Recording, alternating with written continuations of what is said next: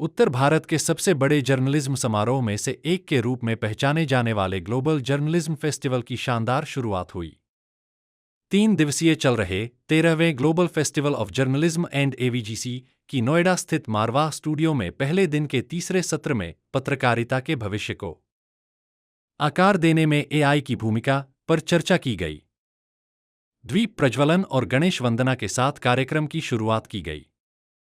कार्यक्रम में doctor Sandeep Marwah festival president, Niharika Sharma digital creator, Dushyant Kukreja digital creator, Preeti Dahiya senior news anchor, Arijit Bhattacharya founder Virtual Infocom, Ajay Verma media professional, R K Singh former engineer in chief Doordarshan मौजूद रहे। कार्यक्रम में उपस्थित अतिथिगण का बुके देकर स्वागत किया गया। Doctor Sandeep Marwah festival president ने कहा, लोगों को आर्टिफिशियल इंटेलिजेंस को सही से समझकर उसका उपयोग करना चाहिए। एआई के आने से हर क्षेत्र में बहुत बदलाव हुआ है और भविष्य में भी होगा। वहां मौजूदा अतिथिगण ने भी एआई पर अपने अपने विचारों को साझा किया। कार्यक्रम में अतिथिगण द्वारा न्यूज बुलेटिन डे 1 का पोस्टर रिलीज किया गया, साथ ही प्रश्न उत्तर का सत्र भी रखा गया जिसमें स्टूडेंट्स ने अतिथिगण से कई सवाल पूछे और उन सवालों के जवाब पाए। कार्यक्रम में डॉक्टर संदीप मारवाह द्वारा अतिथिगण को फेस्टिवल मोमेंटो देकर सम्मानित किया गया। कार्यक्रम के दूसरे हॉल में AFT school of still photography students द्वारा पेंटिंग्स एग्जीबिशन का उद्घाटन संदीप मारवाह और अतिथिगण द्वारा किया गया। इसी दौरान म्यूजिकल परफॉर्मेंस के साथ कार्यक्रम में 4 चांद लगाए गए और पहले दिन के कार्यक्रम का भव्य समापन किया गया। सर, आज एआई को लेकर बातचीत की गई। एआई के आने के बाद क्या इम्पैक्ट पड़ा जर्नलिज्म? देखिए, मैं इतना ही कहना चाहता हूं कि इतना रहे ख्याल सताने के साथ साथ कि हम भी बदल रहे हैं जमाने के साथ साथ। आर्टिफिशियल इंटेलिजेंस ने जर्नलिज्म को भी टच किया है और एक बहुत बड़ा इसमें बदलाव आया है। सारी दुनिया ने देखा कि दुनिया के राष्ट्रपति और प्रधानमंत्रियों ने कुंभ के मेले में जाकर स्नान कर लिया है। अब इसमें कुछ अच्छाई भी है, कुछ बुराई भी। तो जब भी कोई नई टेक्नोलॉजी आती है, नई डिस्कवरी या इन्वेंशन होती है, तो उसके दोनों पहलू देखे जाते हैं, कुछ बुराइयां और कुछ अच्छाइयां।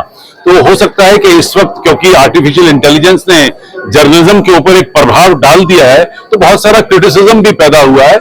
आज के इस सेमिनार का सबसे बड़ा तात्पर्य यही था कि आफ्टर ऑल आर्टिफिशियल इंटेलिजेंस को भी तो हम ही लोग ऑपरेट कर रहे हैं। तो इसका हमें क्या करना है कि मशीनों का इस्तेमाल करना है, मशीनों से इस्तेमाल नहीं होना है। बस ये आज के सेमिनार का तत्व रहा और मुझे खुशी है कि देश भर और दुनिया भर से यहाँ लोग पहुंचे हुए हैं, तांता लगा हुआ है और बड़े जोश और लगन के साथ लोग इस पूरे फेस्टिवल में भाग ले रहे हैं। आज के सारे कार्यक्रम बड़े खूबसूरत ढंग से एक्सेप्ट किए गए हैं और मुझे उम्मीद है कि आने वाले दिनों में भी, कल और परसों भी इसी तरीके से लोगों को यहाँ पर जो एक तरफ प्रयागराज में कुंभ चल रहा है और एक तरफ यहाँ पर जर्नलिज्म का ये कुंभ चल रहा है, उसमें लोग स्नान करेंगे।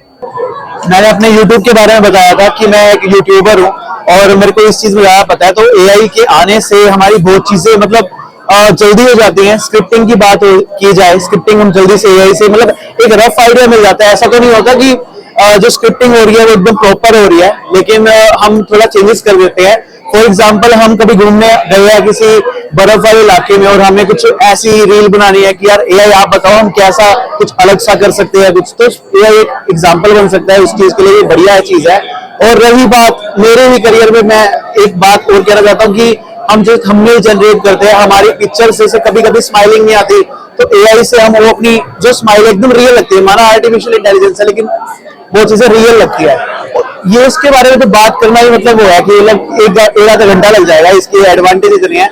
और मैं तो ये कहना चाहूंगा, एआई से देखो फोन के भी साइड इफेक्ट्स होते हैं और अच्छे फायदे भी होते हैं। तो ऐसे एआई के भी बहुत साइड इफेक्ट्स भी है और अच्छे फायदे भी हैं। लेकिन हमें अगर फ्यूचर में आगे चलना है तो एआई को थोड़ा हमने फोकस मतलब उसके पॉजिटिव देखने चाहिए।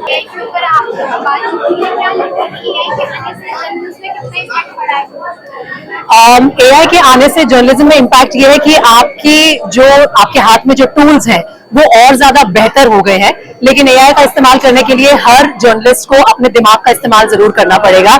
ऐसा नहीं है कि हम अपने दिमाग को गिरवी रख के सिर्फ एआई पे डिपेंडेंट हो जाए, उससे जर्नलिज्म बेहतर नहीं होगी। फ्यूचर ऑफ जर्नलिज्म तभी बेहतर होगा जब हम इन टूल्स का, चाहे वो एआई हो, चाहे वो चैट जीपीटी हो, चाहे कुछ और इंटेलिजेंट टूल्स आने वाले जमाने में आए, उनका इस्तेमाल अपने सेंस ऑफ जर्नलिज्म के साथ मिलाकर अगर करेंगे तो future of journalism is very bright, क्योंकि हमारे पास बेटर रिसर्च स्टोरीज होंगी, हमारे पास बेटर टॉपिक्स होंगे जिन्हें हम कवर करना चाहते हैं। लेकिन अगर हम सिर्फ और सिर्फ एआई पे डिपेंडेंट हो जाएंगे तो हम जो ह्यूमन एंगल ऐड होता है उसे पीछे छोड़ देंगे, and that we can not afford to do in any situation. AI के आने के बाद से मेरे हिसाब से देखा जाए तो जर्नलिज्म पे बहुत कुछ इम्पैक्ट नहीं पड़ा है। इम्पैक्ट बस इतना ही पड़ा है फॉर दैट मैटर कि हमारा न्यूज जो है उसका स्पीड बढ़ गया है। क्योंकि पहले क्या होता था कि आप रिसर्च करने के लिए 25 किताबों को देखते थे या पूछते थे, फोन करते थे, बैकग्राउंड्स में जाते थे। अभी क्या है कि एआई के आने के बाद आप एक क्लिक करते हैं, आपके पास सारा डेटा आ जाता है। हम बस डेटा एनालिसिस और रिसर्च के लिए एआई को अगर रखते हैं तो जर्नलिज्म की एक्यूरेसी और ट्रस्ट बना रहेगा। अदरवाइज जर्नलिज्म में कहीं ना कहीं मिस इन्फॉर्मेशन, डिसइंफॉर्मेशन या इनएक्यूरेसी नजर आएगा।